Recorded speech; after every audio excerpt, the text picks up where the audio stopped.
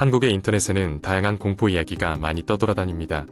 이 중 하나의 이야기를 길게 풀어보겠습니다. 어느 여름밤, 한 대학생인 지수는 늦은 밤까지 학교 도서관에서 공부를 하고 있었다. 기말고사가 코앞이라 친구들과 함께 심야까지 열람실에 남아 과제를 마무리하고 있었던 것이다. 시계가 새벽 2시를 가리키자 지수는 더 이상 집중할 수 없다는 것을 느꼈고 서둘러 집으로 돌아가기로 결정했다. 그녀는 친구들에게 인사를 건네고 택시를 타기 위해 도서관을 나섰다. 지수의 집은 학교에서 그리 멀지 않은 곳에 위치하고 있었다.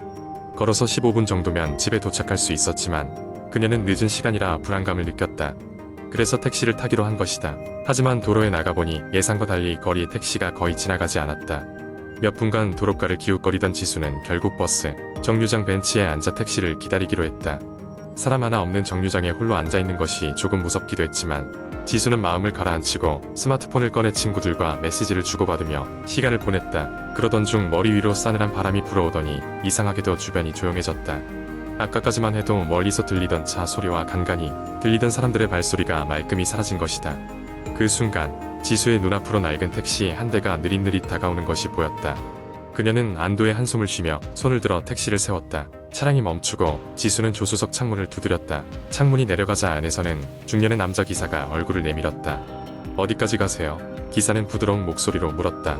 지수는 자신의 집 주소를 말했고 기사는 고개를 끄덕이며 문을 열어주었다. 지수는 뒷좌석에 올라타고는 안전벨트를 채웠다. 택시가 움직이기 시작했을 때 지수는 등골에 차가운 전율을 느꼈다. 순간적으로 불안한 기운이 엄습했지만 그녀는 단순한 피로 때문이라며 스스로를 다독였다. 택시는 조용히 도심의 안개속을 달리기 시작했고 창밖의 풍경은 점차 낯설게 변해갔다. 혹시 길을 잘못 드신 것 같은데요? 지수가 조심스럽게 말을 꺼냈다. 그때서야 기사는 룸미러를 통해 지수를 바라보며 씩 웃더니 이렇게 말했다. 그럴 리가 있나요? 이 길이 다들 피하고 싶어하는 지름길이라 그렇지. 손님께서 워낙 피곤해 보이셔서 빨리 모셔다 드리려고요. 기사의 말에 지수는 애써 웃으며 고개를 끄덕였지만 여전히 불안감은 가시질 않았다. 택시는 점점 좁고 어두운 길로 들어섰고 몇 번이나 방향을 바꾸며 여기저기를 헤매고 있는 듯 보였다. 지수는 점차 초조해졌고 남몰래 스마트폰을 손에 꽉 쥐었다. 저 정말 죄송한데 그냥 좀 전에 본 큰 길로 돌아가 주세요. 지수의 목소리는 약간 떨리고 있었다.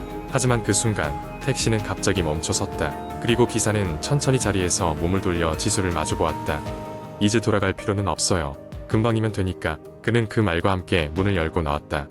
지수는 본능적으로 도망쳐야 한다고 느꼈다. 그녀는 급히 문을 열고 맞은편으로 뛰쳐나갔지만 어두운 뒷골목은 더없이 낯설고 심장 소리가 그녀의 귓가를 울렸다. 지수는 필사적으로 달렸고 뒤에서 들리는 남자의 발소리를 들으면서도 절대 멈추지 않았다. 얼마나 달렸을까? 번화가의 환한 가로등과 붐비는 인파가 멀리서 보였다. 지수는 마지막 힘을 쥐어짜며 거리로 돌진했고 마침내 사람들 사이에 섞여들었다. 안전하다는 느낌이 들자 긴장이 풀린 지수는 그 자리에 주저앉고 말았다. 그 후로 지수는 그 택시 기사를 다시 본 적이 없었다. 경찰에 신고했으나 차량 번호도 기억나지 않아 수사는 난항을 겪었다. 그날 밤의 기억은 지수에게 큰 트라우마로 남았고 그녀는 결코 혼자서 야간에 택시를 타지 않게 되었다. 무더운 여름밤 아무리 늦게까지 공부를 하더라도 지수는 이제 학교 근처 친구 집에서 함께 지내며 안전을 도모하기로 결심했다. 그녀는 그날의 공포가 다시는 찾아오지 않기를 간절히 바랄 뿐이었다. 두 번째 이야기. 한국 인터넷에는 수많은 공포 이야기가 전해지고 있으며 그중 하나는 고시원 귀신이라는 유명한 이야기입니다. 이 이야기는 종종 인터넷 포럼이나 커뮤니티에서 회자되며 많은 사람들에게 두려움을 안겨줍니다. 이 이야기를 가능한 길게 그리고 상세하게 작성해 보겠습니다. 대한민국 서울의 중심부 번잡한 도시 속에 자리 잡고 있는 한 고시원에는 어두운 비밀이 있다고 한다. 이 고시원은 오래된 건물로 겉으로 보기에는 다른 고시원과 다를 바 없어 보인다. 그러나 이곳에 들어온 사람들은 하나같이 이유 없이 불안함을 느끼곤 한다고 전해진다. 김민수는 대학 졸업 후 취업을 준비하며 이 고시원에 방을 얻었다. 그는 경제적인 부담을 줄이기 위해 이곳에 머물렀다. 처음 며칠 동안은 특별한 일이 없었고 집주인도 친절했으며 방도 큰 문제는 없어 보였다. 그러나 몇 주가 지나자 이상한 일이 일어나기 시작했다. 첫 번째 기이한 사건은 한밤중에 발생했다. 민수가 깊은 잠에 빠졌을 때 갑자기 귀뚜라미 소리가 들리며 잠에서 깼다. 그러나 방 안에는 귀뚜라미가 있을 리 없었다. 그는 창문을 확인했고 복도에도 아무것도 아니었다. 괴상함을 느꼈지만 곧 잊어버리려 했었다. 하지만 그 뒤로 이상한 일들은 계속됐다. 밤이 되면 방문 바로 앞에서 이상한 발소리가 들리고 누군가 벽을 긁는 소리가 났다. 민수는 두려움에 떨며 문을 열어보았지만 복도에는 아무도 없었고 텅 빈 복도가 그를 맞이할 뿐이었다. 그러던 어느 날 그는 샤워실에서 소름 끼치는 체험을 했다. 뜨거운 물을 틀고 샤워를 하는데 갑자기 등 뒤에서 차가운 기운이 느껴졌다. 민수는 뒤를 돌아봤지만 역시 아무도 없었다. 그러나 그 순간 거울에 비친 자신의 등 뒤로 긴 머리의 여자가 서 있는 것을 보고 깜짝 놀랐다.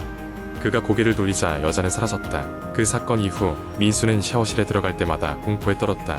점점 공포가 현실로 다가오던 어느 날, 민수는 평소보다 늦게까지 독서실에서 공부를 하고 돌아왔다. 고시원에 들어서자 불길한 느낌이 그를 덮쳤다. 복도를 걸어가는데 끝쪽에 누군가 서 있는 것이 보였다. 그는 순간 움찔했지만 곧 다시 정신을 차리고 걸음을 옮겼다. 낯선 여자는 길게 늘어뜨린 머리와 하얀 옷을 입고 있었고 그가 다가가자 천천히 뒤로 걸으며 사라졌다. 민수는 자신의 방에 도착하여 문을 잠갔지만 마음의 평안을 찾을 수 없었다. 그날 밤 이상한 꿈을 꿨다. 꿈속에서 그는 고시원 복도를 걷고 있었다. 복도는 끝이 없었고 걷고 또 걸었지만 탈출구가 보이지 않았다. 갑자기 그 여자 귀신이 그의 앞에 나타나더니 무언가 속삭이며 그의 팔을 잡아채는 것이었다. 민수는 비명을 지르며 잠에서 깼다. 그는 이 모든 것이 그냥 나쁜 꿈이길 바랐다. 다음날 민수는 집주인에게 고시원에 얽힌 이야기를 물었다. 집주인은 그저 웃으며 그가 처음이 아니라고 말했다. 이 건물은 원래 작은 호텔이었는데 축의금을 빼앗긴 한 신부가 미쳐 날뛰다가 불행한 사고로 사망했다고 한다. 그 이후로 이 고시원에 그녀의 영혼이 남아있다는 것이었다. 민수는 그 이야기를 듣고 난 후 이 고시원을 떠날 결심을 했다. 밤이 되면 나타나는 발소리와 기이한 현상들은 더 이상 견딜 수 있는 것이 아니었다. 결국 민수는 짐을 꾸려 고시원을 떠났고 이후로 평화로운 생활을 할 수 있었다. 그러나 그가 떠난 후 그 고시원에는 또 다른 주민이 들어왔고 또다시 똑같은 경험을 하게 되었다고 한다. 고시원에는 여전히 그 신부의 귀신이 존재하며 밤이면 누군가를 찾아 복도를 헤매고 있다고. 이 이야기는 한국 인터넷에서는 지금도 여전히 돌며 사람들에게 고시원에 대한 불안한 감정을 심어준다. 고시원에 머무는 사람들은 한밤중 발소리가 들린다면 절대 문을 열지 말라는 조언을 받곤 한다. 이 이야기는 진실인지 꾸며낸 것인지 알 수 없지만 듣기만 해도 한기를 느끼게 한다. 세 번째 이야기. 어느 여름밤 나는 친구들과 함께 여행을 떠나기로 했다. 목적지는 경상북도의 한 작은 마을이었다. 그곳은 아름다운 자연경관과 더불어 오래된 전설로 유명한 곳이기도 했다. 반쯤은 호기심에 반쯤은 모험심에 우리는 그 마을로 향하게 되었다. 마을에 도착하자마자 우리는 작은 펜션에 짐을 풀었다. 주인 아주머니는 우리를 반갑게 맞이하면서도 조심스럽게 물었다. 우리 동네에 전설이 있다는 거 알고 온 거지? 우리는 고개를 끄덕였다. 사실 오래된 마을의 전설은 우리가 이곳을 선택한 가장 큰 이유였다. 그 전설에 따르면 마을 근처의 숲속에는 오래전부터 하얀 여인이 출몰한다고 한다. 그녀는 하얀 한복을 입고 있으며 눈이 푸르스름하게 빛난다고 한다. 밤이 깊어질수록 그녀의 울음소리가 들려오고 그 소리를 쫓아가면 절대 돌아오지 못한다고 했다. 마을 사람들은 숲에 들어가는 것을 꺼려했지만 우리는 그 전설이 진짜인지 확인해보고 싶었다. 다음 날 밤 우리는 마을 사람들에게 숲으로 가는 길을 물었다. 모두가 우리를 말리며 두려운 표정으로 경고했지만 그것이 오히려 우리를 더 자극했다. 우리는 손전등과 각종 장비를 챙겨 숲으로 발걸음을 옮겼다. 달빛이 유난히 밝던 그 밤 숲은 적막감에 휩싸여 있었다. 숲속으로 깊이 들어가자 점점 낯설고 기묘한 기운이 감돌기 시작했다. 바람 한 점 없었지만 나뭇잎들이 사각거리며 속삭이는 소리가 들렸다. 친구들은 장난삼아 겁을 주려 했지만 나는 속으로 이게 괜히 온 게 아닌가 하는 생각이 들기 시작했다. 그때였다. 멀리서 흐느끼는 소리가 들려왔다. 마치 바람에 실려오는 듯한 그 소리는 너무도 애절했다. 우리는 그 소리를 쫓아가기로 했다. 발걸음이 급해지면서 갑자기 친구 중 하나가 발목을 삐끗하며 크게 넘어졌다. 모두가 걱정하며 그를 부축하는 사이 나는 이상하게도 그 소리가 바로 내 옆에서 들리는 것을 느꼈다. 하지만 아무리 주위를 둘러봐도 아무것도 보이지 않았다. 우리는 다시 걸음을 재촉하며 숲 깊숙이 들어갔다. 드디어 소리의 근원지에 다다랐을 때 우리는 믿을 수 없는 광경을 목도했다. 바로 앞에는 작은 연못이 있었고 그 연못 가장자리에는 하얀 한복을 입은 여인이 앉아 있었다. 그녀는 등을 돌린 채 흐느끼고 있었고 그 소리는 바로 그녀에게서 나오는 것이었다. 우리는 숨을 죽이고 지켜보았다.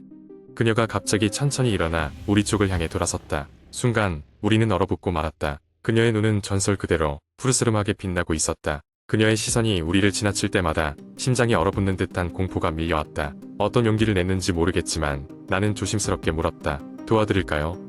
그녀는 아무 대답 없이 그저 고개를 돌려 다시 숲속 어둠으로 사라졌다. 우리는 그 자리에서 그대로 얼어붙은 채 한참을 서 있었다. 정신을 차리고 나서야 우리는 펜션으로 돌아올 수 있었다. 그 후로도 한동안 그 밤의 일은 꿈처럼 아득하게 느껴졌다. 하지만 우리가 경험한 것이 꿈이 아니라는 것은 분명했다. 아직도 가끔씩 그 숲을 생각할 때마다 등골이 서늘해지는 느낌을 지울 수 없다. 그 하얀 여인의 전설은 그저 무서운 이야기가 아닌 우리의 기억 속 깊이 새겨진 진실이었다. 그 마을을 떠나고 난 후 우리는 그날의 일을 누구에게도 말할 수 없었다. 얼핏 무서운 꿈이었다고 생각하려 해도 그날 밤의 달빛과 연못의 물소리, 그리고 여인의 푸른 눈빛은 아무리 시간이 흘러도 잊히지 않았다.